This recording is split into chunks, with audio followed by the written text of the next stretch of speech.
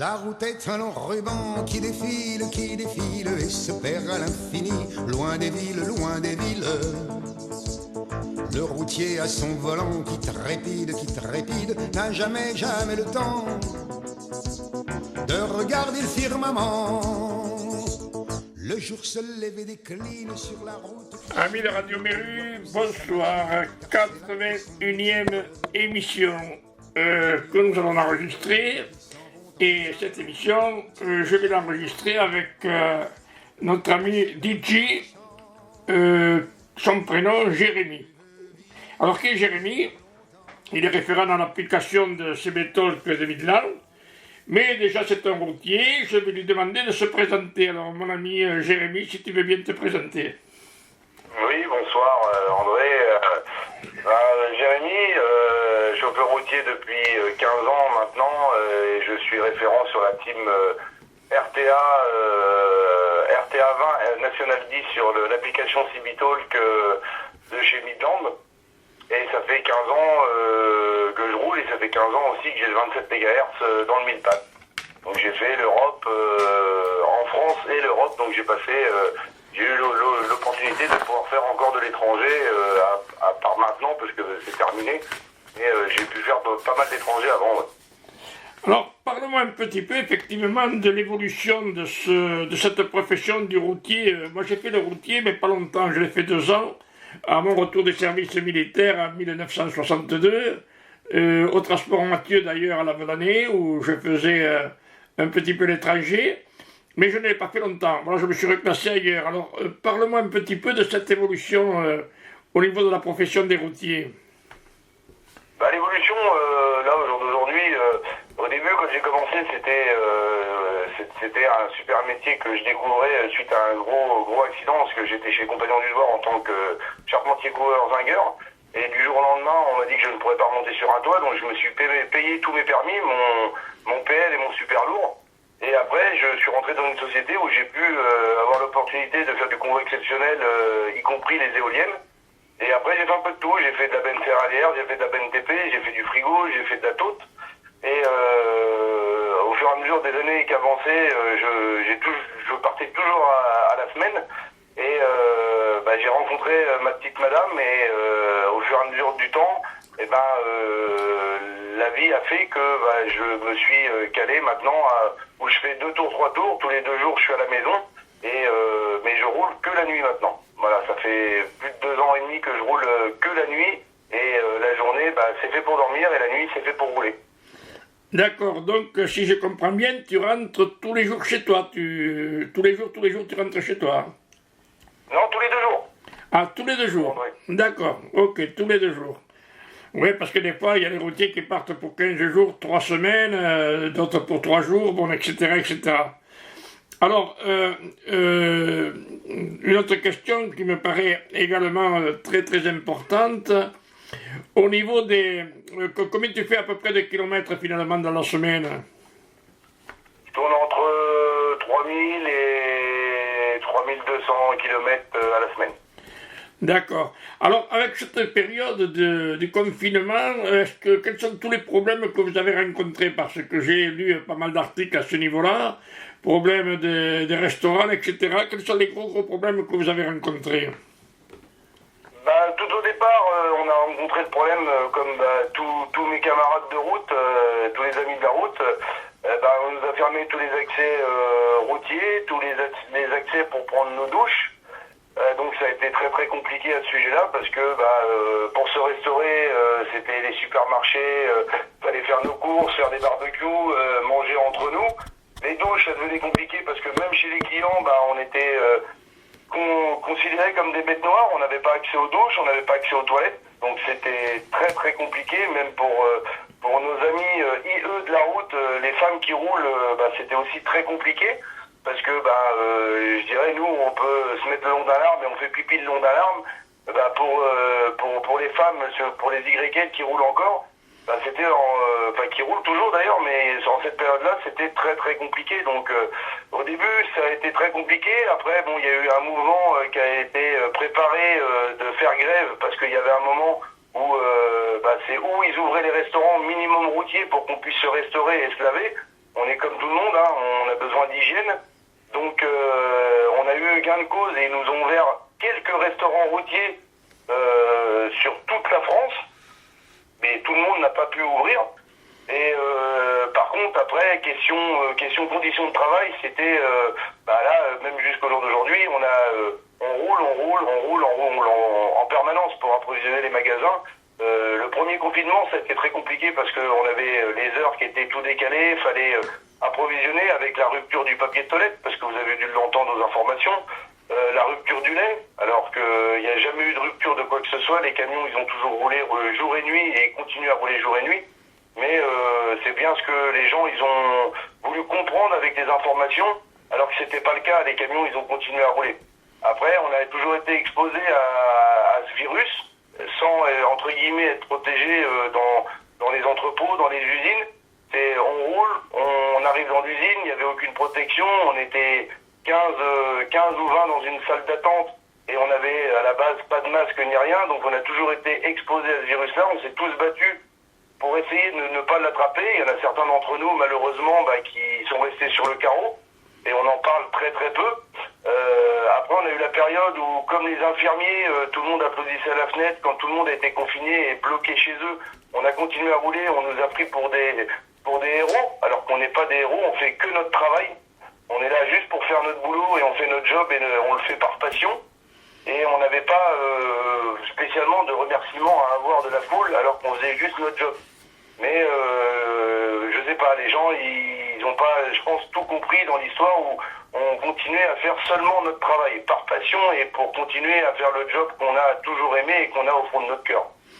Ah, tout à fait, Jérémy, mais c'est pour ça que j'aime bien donner la parole justement à cette profession, aux routiers, puisque cette émission sera diffusée à partir de lundi sur Radio Méru, qu'on appelle nous la Radio Anor, qui est diffusée sur le web et qui est diffusée surtout dans le monde entier. Donc, ce que tu expliques là, eh bien, ce sont des routiers espagnols, italiens, grecs, portugais, bon, etc., dans le monde entier, et qui vont écouter cette émission.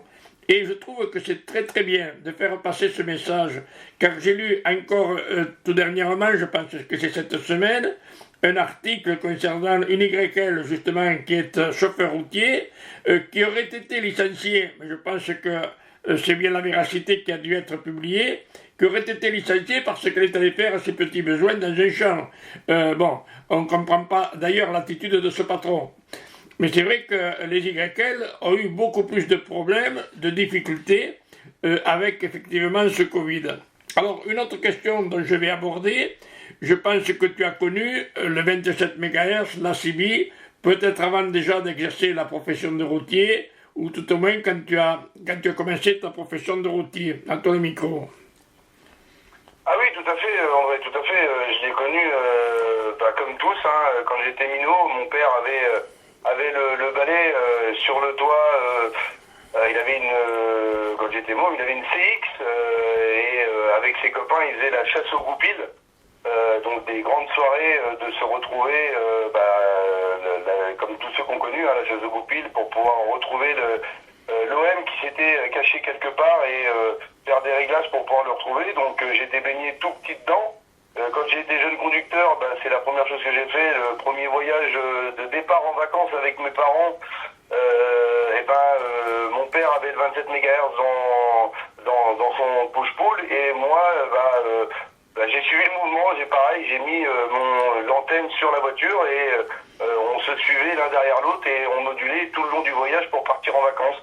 Et dès que j'ai passé mes permis et que j'ai eu mon 1000 pattes, maintenant il y a plus de 15 ans, c'est la première chose que j'ai fait avant d'équiper mon camion intérieurement, extérieurement.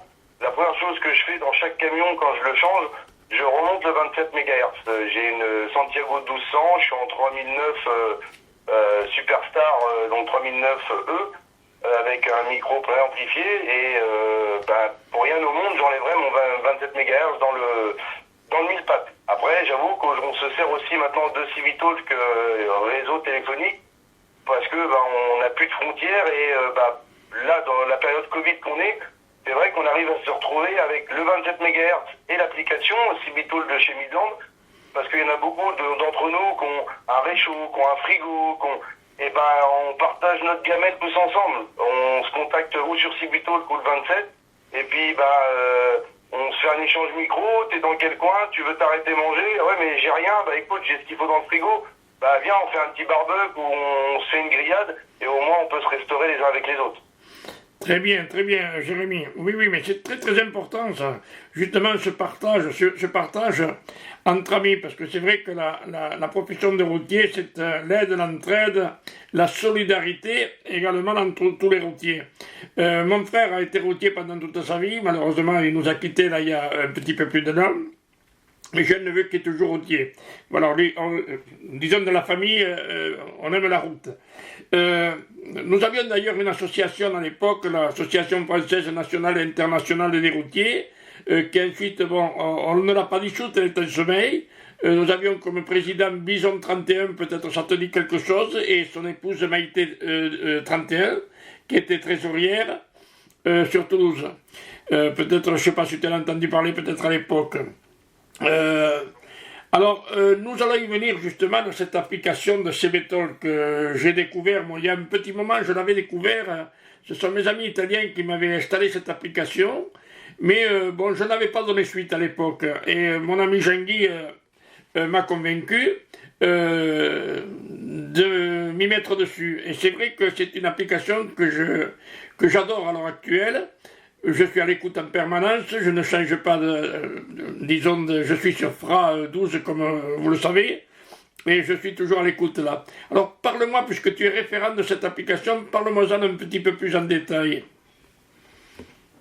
J'ai trouvé vraiment par hasard, parce qu'il y a plusieurs jeunes qui sont venus me voir, parce qu'ils ont vu mon antenne CB, et j'ai ma plaque lumineuse, comme tout chauffeur routier qui roule la nuit, et c'est éclairé en rouge, c'est marqué J, mon QRZ. Et on est venu me voir et on m'a dit une fois, Jay, viens voir, il y a une nouvelle application révolutionnaire sur le téléphone. J'ai écoute, jeune, t'es gentil, mais j'ai mon 40 canaux en 27 MHz, ça me va très bien, fous-moi la paix. Et une fois, deux fois, et le troisième coup, c'est notre ami Gori qui est aussi sur l'application, et on tractionne au même endroit le soir. Il m'a dit, Jay, t'es au courant, il y a une nouvelle application. Je dis, c'est le troisième qui m'en parle, je vais la télécharger et je vais voir ce que c'est. Et mon ami Quepon m'a appelé le même soir, et d'ailleurs qui était là pour une super opération qu'on a menée il n'y a pas longtemps là. Voilà, bonjour à tous, bonjour à toutes, Jean-Guy Ferrand 85 au micro mobile en direction de notre ami Quepon. J'espère que vous allez bien, 73 à tous. Et je lui dis, écoute Quepon, viens voir l'application, c'est super cool, finalement ça rappelle le 27 MHz. Bon, ça n'a rien à voir par rapport au 27, mais ça s'y rapproche, ça se complète. On peut discuter avec plein de monde, mais partout autour de nous. Il me dit, ah bon, et il me dit, fais voir. Donc il a téléchargé, il m'a rejoint. Et au fur et à mesure, tous nos potes, on était une dizaine de potes, tous les soirs, en conférence téléphonique, parce que tout le monde fait de la conférence téléphonique maintenant la nuit et la journée. Au fur et à mesure qu'on nous a appelés, on leur a dit, arrête le téléphone, en plus on risque 135 € et 3 points, arrête le téléphone et viens nous rejoindre, il y a une application super sympa. Et donc le premier soir, on est arrivé sur Tibitok Midland, on était une dizaine de potes, et l'administration Midland nous a interceptés, on leur a expliqué ce que c'était, et ce que nous on faisait, on était routiers et tout ça, et qu'on ne voulait pas gêner les autres parce qu'on se connaissait tous, ceux qui venaient d'arriver, et on a demandé une création de fréquence, et maintenant c'est pour ça qu'on a la fréquence de la Team RTA sur Sibito du Midland, et c'est pour moi une super application où on peut tous se dépanner dans une période comme ça très compliquée de Covid. Voilà, il suffit juste de regarder sur la map, s'il y a quelqu'un qui est pas loin, lui lancer un appel, lui faire un retour micro, et puis si la personne veut répondre, on peut se dépanner les uns aux autres, on peut se dépanner un morceau de baguette, un morceau de jambon, un morceau de camembert, une bouteille d'eau, un paquet de clopes. Voilà, au jour d'aujourd'hui, c'est vrai que c'est très pratique. En plus du 27, c'est que on n'est pas limité sur la distance, on n'a pas besoin d'avoir des gros tontons derrière pour pouvoir pousser en puissance. C'est le réseau téléphonique. Par contre, c'est vrai que si on passe en zone blanche, qu'on n'a plus de réseau téléphonique, l'application se coupe. Mais après, là, on n'a pas le choix. C'est notre réseau téléphonique qui fait foi. Oui, tout à fait. Alors, je ne connais pas encore le micro Dual Mic. Je ne sais pas si toi tu l'utilises. Est-ce que tu peux me parler de ce micro? Ah, le Dual Mic, ah oui, super, super. Donc il y a deux versions, hein. Il y a le Dual Mic filaire, donc qui se branche justement sur le 27 MHz. Donc une fois qu'il est branché sur le 27 MHz, on a une possibilité de le brancher sur le cordon d'alimentation. Et donc sur la palette PTT, sur le bas, on va moduler sur l'application. Et sur la palette PTT vers le haut, on va moduler sur le 27 MHz. Donc en fait, le Dual Mic fait les deux positions et un bon compromis. Moi personnellement, je suis resté sur un micro vraiment préamplifié. Donc j'ai acheté le Dual Mic avec la station de charge par induction. Donc il ne me sert que pour l'application. J'ai mon micro d'origine sur mon TX et j'ai l'autre, le Dual Mic non filaire avec charge par induction sur une clé USB. Et déjà on a un bon principe sur ce sujet-là, c'est qu'au lieu de prendre 135 € et 3 points, on risque que 35 €, parce que c'est l'utilisation d'un outil de radiotéléphonie. Donc l'amende elle est beaucoup moins élevée et il reste compréhensible. On a quand même des textes de loi qui dit que c'est pas du tout l'usage du téléphone en roulant. Alors que si on appuie sur la palette PTT, malheureusement, qui est sur l'application, on risque en gros 135 € et 3 points. Donc pour un investissement, je dirais de à peu près l'équivalent de l'amende, on risque que 35 € et une fois moi depuis le temps que je l'utilise, ils m'ont jamais pruné et pourtant ils m'ont déjà contrôlé. J'avais le Dual Mic à la main, je les ai croisés, ils m'ont jamais rien dit. Mais c'est vraiment un outil confortable de conduite et sécuritaire, et pour pouvoir moduler, c'est au top. D'accord, Jérémy. Alors, est-ce que peut-être tu pourrais nous raconter, est-ce que tu as quelques anecdotes où la CB, 27 MHz, maintenant cette application, a pu vous rendre service aux uns et aux autres tout en roulant? Parce que quand il y a un accident, par exemple, sur l'autoroute, eh bien, des fois, au lieu de pouvoir sortir bien avant d'arriver à l'accident, etc., etc. Est-ce que tu as une ou deux ou trois anecdotes à me raconter là-dessus? Sur le 27, en ce moment, on espère de notre côté, de la team RTA, on essaye de redonner un élan au 27 MHz, parce que c'est vrai, dans le monde du routier, le téléphone a vraiment mangé fortement le 27 MHz, alors que au niveau tout le monde utilise le téléphone, donc c'est vrai que l'application accroche beaucoup plus, et puis on a une jeune génération qui arrive, qui sont vraiment calés sur Internet, la téléphonie et tout. Mais pour le CB-Talk, oui, à plusieurs reprises, c'est arrivé où un militaire devant moi qui était de la team ou ne pas de la team, qui m'annonce une fermeture, par exemple sur la région parisienne. Tu feras attention, j'ai au PK 140, il y a une voiture qui est sur la bande d'urgence et la voiture d'intervention vient d'arriver et ils sont en train de fermer la route. Donc finalement, je dirais, on va pouvoir prendre la route des écoliers. Donc c'est vrai que pour ça, c'est super pratique. Mais que ce soit le 27 ou le CB-Talk, mais c'est vrai que le 27, en espérant qu'il remonte en puissance comme on a pu le connaître à l'époque. Oui, écoutez, je le souhaite également, moi, de tout cœur, Jérémy. Alors, je veux revenir effectivement sur cette opération que vous avez faite, dont je tiens à vous remercier, les uns et les autres, concernant notre ami Corsair 85, ancien routier, avec lequel j'ai pas mal dialogué encore ce soir en visioconférence. Parle-moi un petit peu, comment a émergé cette idée? Écoute, le même principe que toi, tu parlais de Jean-Guy tout à l'heure, et Jean-Guy, je suis passé un dimanche soir, donc maintenant on a fait l'opération mardi, donc 15 jours avant, Jean-Guy nous a parlé de l'histoire de Corsair, d'un ancien compagnon de la route qui a fait des kilomètres et des kilomètres. D'ailleurs, j'ai eu Corsair au 600 pas plus tard que ce matin, qui nous a encore remercié, et c'est un bonheur pour nous de pouvoir lui avoir rendu service. Mais c'est Jean-Guy qui nous en a parlé. Voilà, j'ai un ami à moi qui est dans la détresse parce que il est en train de perdre la vue. C'est un ancien chauffeur routier. C'est une histoire qui nous a touchés. Et j'ai dit à Jean-Guy, donc on était, je suis passé d'ailleurs, j'étais sur x12, je crois bien que ton compte était là, tonton 12. Et j'ai dit à Jean-Guy, écoute Jean-Guy, je te retiens au courant, je vois ça avec l'équipe de modération. Je suis référent de la team RTA, mais j'ai des modérateurs qui m'entourent, y compris Quepon, Cédric 36, etc., Carlos. Ben voilà, on est on est même 7 modérateurs maintenant sur la team. Donc j'ai contacté les modos et j'ai dit voilà les gars, on peut voir un truc, c'est pas un budget énorme, on est nombreux, ça va nous coûter vraiment pas grand chose à nous, mais c'est juste une histoire de cœur. Je leur ai expliqué l'histoire à Maurice et tout le monde a accroché, voilà. Et en une semaine de temps, le micro il a été réglé, on l'a récupéré avec un camion qui a été déplacé d'un camion à un autre, Quepon l'a récupéré. Moi je pouvais malheureusement pas me libérer parce que j'étais sur la région parisienne. Donc c'est Quepon qui a représenté la team RTA mardi et il a rencontré Corsair, opérateur Maurice, pour lui remettre en main propre. Et pour nous c'est un grand bonheur de pouvoir pas lui redonner la vue, mais au moins le goût de pouvoir utiliser l'application, de pouvoir moduler avec tout le monde, se promener sur toutes les fréquences, parler avec tout le monde, répondre au téléphone, parce qu'on peut répondre au téléphone aussi avec le dual mic. Et on l'a fait vraiment de bon cœur, voilà. Et c'est juste pour montrer aux gens que les routiers sont toujours aussi sympas, comme disait Max Meunier, et que les gens, on remonte dans leur estime. On n'est pas le routier avec le menu sur notre t-shirt, avec le short et les sandalettes. Non, on est des hommes comme tout le monde, on écarte des kilomètres, on fait juste notre job. Et puis si on peut dépanner quelqu'un avec vraiment des petits moyens et des grands cœurs, on peut déplacer des montagnes.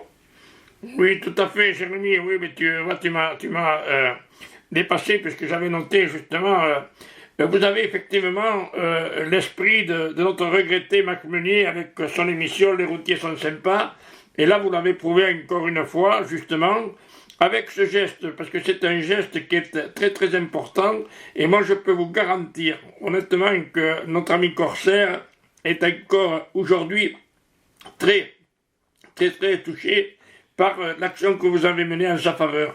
Voilà, il vous en remercie et je vais être encore une fois ici son porte-parole. Et quant à Jean-Guy, c'est un très très grand humaniste, je le connais très bien à l'heure actuelle, et c'est un garçon vraiment qui mérite d'être de plus en plus connu.